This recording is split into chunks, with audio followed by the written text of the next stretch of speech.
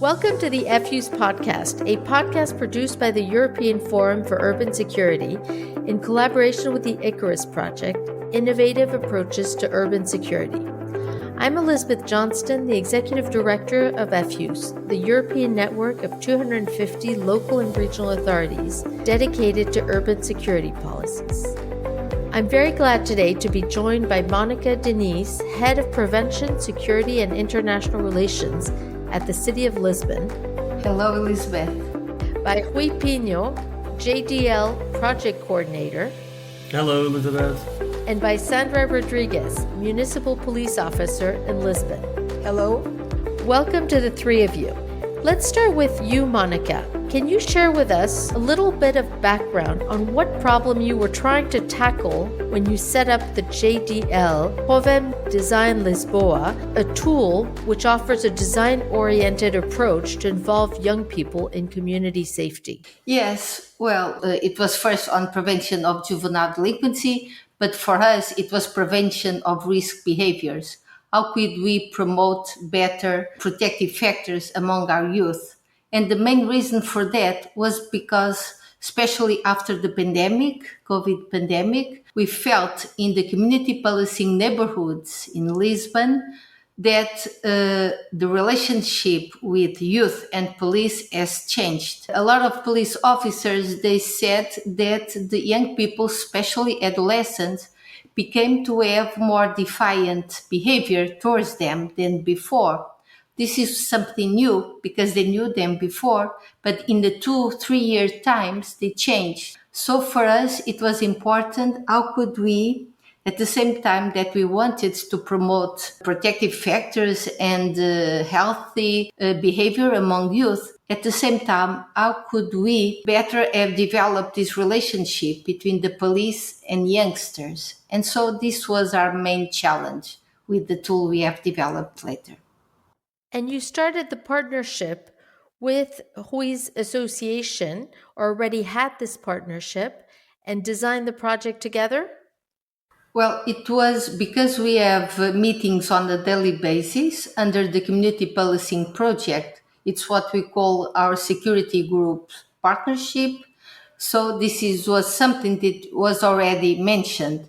But when we started the project, we invited associations like Rui's associations that work with youth together with the municipal police, to think about how could we address this challenge of putting the youth and the police to improve the relationships and also to improve a better and more positive behaviors. I can say that we work already after this, and we participate in some activities with the police, with our kids that we work with, and every time that we have the possibility to give them a voice, and I think that what GDL talks about, it's about participation, give for the kids and for the community a voice. We are always waiting for that kind of project. So when we start our partnership specifically with GDL project, we were very exciting because it's a possibility to give to the youth a voice about their community. Sandra, was the excitement shared also on the police side? As a police officer, how did you perceive this collaboration with the young people?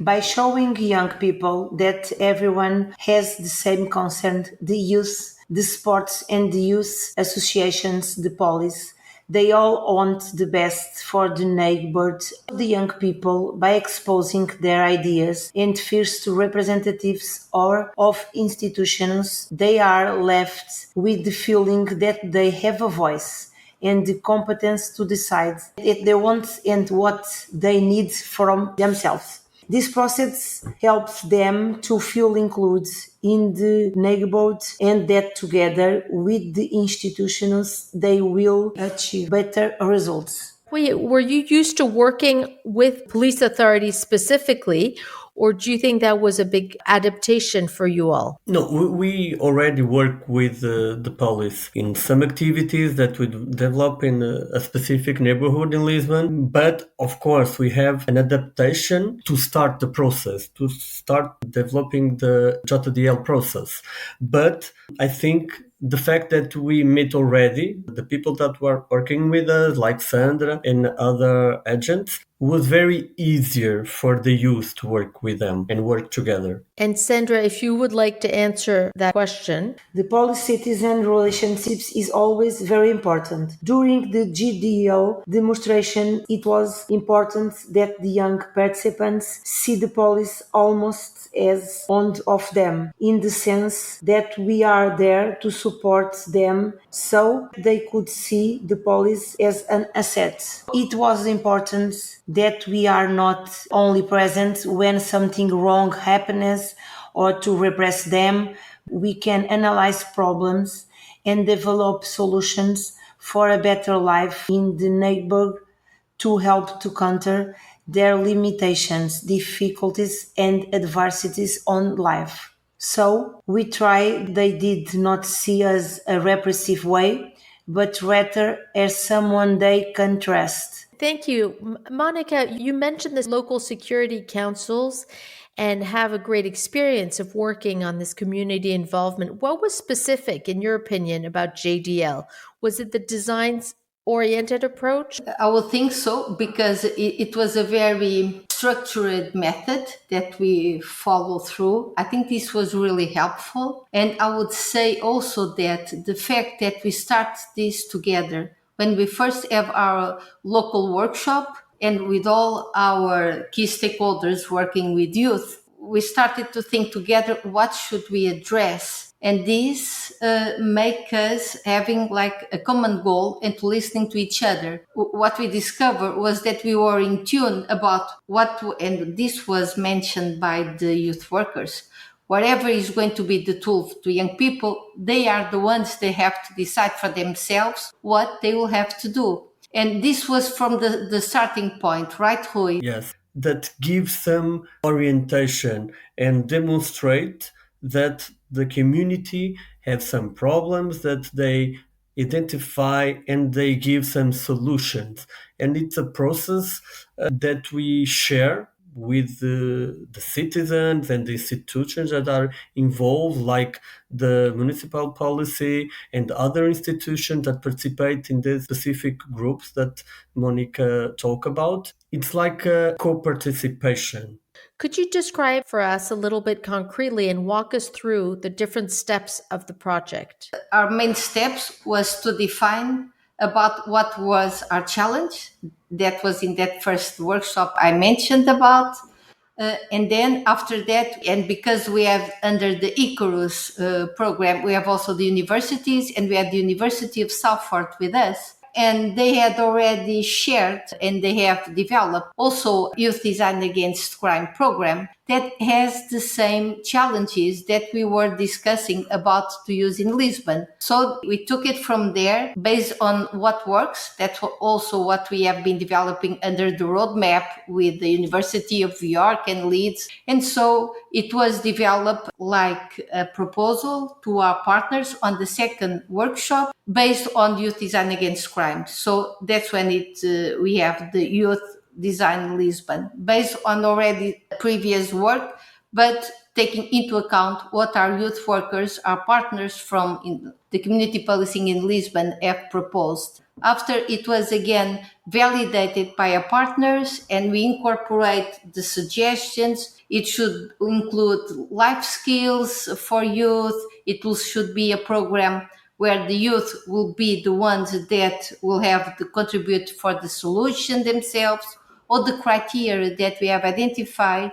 Then we started a 12-week program to make the demonstration.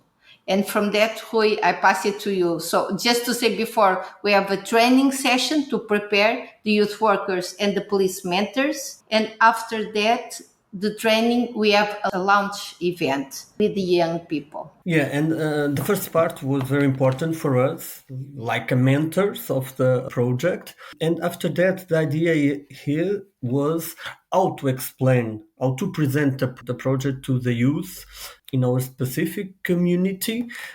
During the first part of the process, we developed a lot of documents that we prepared to start and to implement the project with youth.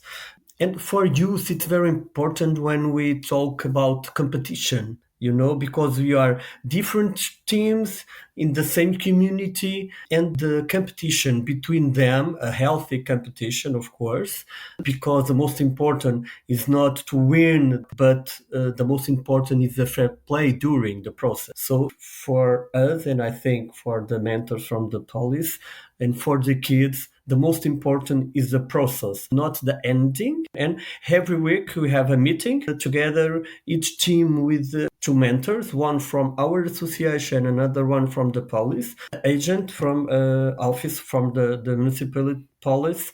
And then we start to develop the process. First of all, they have to know the community very well, and they start to identify some visual problems that when they go outside in the neighborhood, because we are talking about a social municipal neighborhood with a specific characteristics and idea, we go outside and we go look what we see that we don't like and what solution we have. And during that process, they identify the problems, not only by themselves, but talking with the community, talking with the ladies of the coffee, talk with the old people. They made some interviews, and then they analyze the results all together, and they start to identify a specific problem. And during the other sessions, they have to, okay, we have the problem, we have to find a solution for that. The problems that were identified were very structural problems.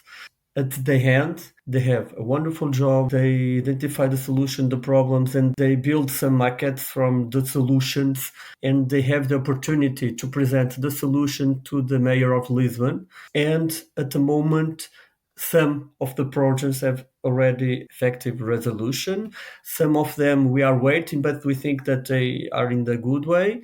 But one thing that is very important in all the process, when we talk about the team and the group, it's at the end of the project, after the 12 weeks, we saw that specific group very close and much more open to understand the difference between the groups. So, how do you reach out to those young people, and how do you get them to be involved in what could seem like a very institutional project? We do the same from our project for our association, and we put the same energy in a specific project like JDL. The first contact that we have with them is in the street with a whizzer and with a ball. It's the first contact that we have with them. And then the idea is to bring them to the association and start to participate in our activities. And most part of the activities are related to citizenship and to give them power, make them understand that they have the same rights that everyone that live in Portugal, because they are, at the moment, they are stigmatized because they are living in a social and municipal neighborhood, and they don't have the same opportunity that other kid or other young that live outside the social neighborhood. Showing us their strength and working together by jointly identify what are their difficulties and needs, and to think about the solutions themselves contributes to make them believe in themselves and their own competence. Some of the cities or partners that are listening to us today might be interested in setting up such a scheme in their own localities. Can you share some tips and some of the critical success factors in your opinion? When I think in JDL project, there is a word that came to my mind is trust. At the beginning, and we present this in our association to the teams that will participate, like this is a pilot project, and we have some institutions that trust in you and they give you the possibility to participate and to give some inputs to change your community in a positive way. So they trust you. After that, I think the magic happening. Sandra. The main factors are the fact that they were able to identify their problems by themselves, by having the feeling that they can help the police and institutions to achieve a safer community, and also be feeling that they are working together and are integral parts of a project. I was going to ask a concluding question on if you see this as something you would like to organize regularly and how you see the future of this. When we first developed the JDL tool, we had in mind precisely the transferability of it to other community policing neighborhoods. Today, we are planning in 2 new neighborhoods already. So this is a very helpful tool because it's so structured. We have the workbooks, we have the guides. We are doing, and because when we started, we invited all our partners that work with youth. So they already are in the project from the beginning, although the demonstration, it was in one specifically neighborhood, which for us it has the best, as Rui said, the best conditions to start with. But now we learn from it, and we are now in with our partners that started with us thinking about the requirements to do the project, and they were invited to go to the final event. So they were there also, some of our partners from other neighborhoods. And now they want it for them neighborhoods as well. Thank you very much. Monica, do you have any closing words that you would like to share? I would say that it is really important that the municipal police now can have to develop this relationship between young people and the police officers was something that it was being difficult to train without the tool. And this is very positive because the demonstration process allows us to improve it, to think about it, how to transfer to other neighborhoods. And that's what we already done. And we hope this will help also to improve the safety of the different neighborhoods in Lisbon. Thank you so much for describing and sharing with us your experience of the JDL practice, which was, as you said, and which will, I'm sure, be inspiring for others. And also, it's very encouraging to hear that you're going to mainstream it and make it something throughout the city of Lisbon. So thank you, Sandra. Thank you. Thank you, Rui. Thank you so much. And Monica, thank you very much as well. Thank you so much, Elizabeth. Thank you to our audience for listening as well. We hope you've enjoyed this episode, which was produced in the framework of the IcARUS project, Innovative Approaches to Urban Security, funded by the European Commission. We look forward to sharing more insights and discussions with you in the future, so don't forget to subscribe to this podcast and visit our website. Stay tuned for the next episode of the Efus podcast.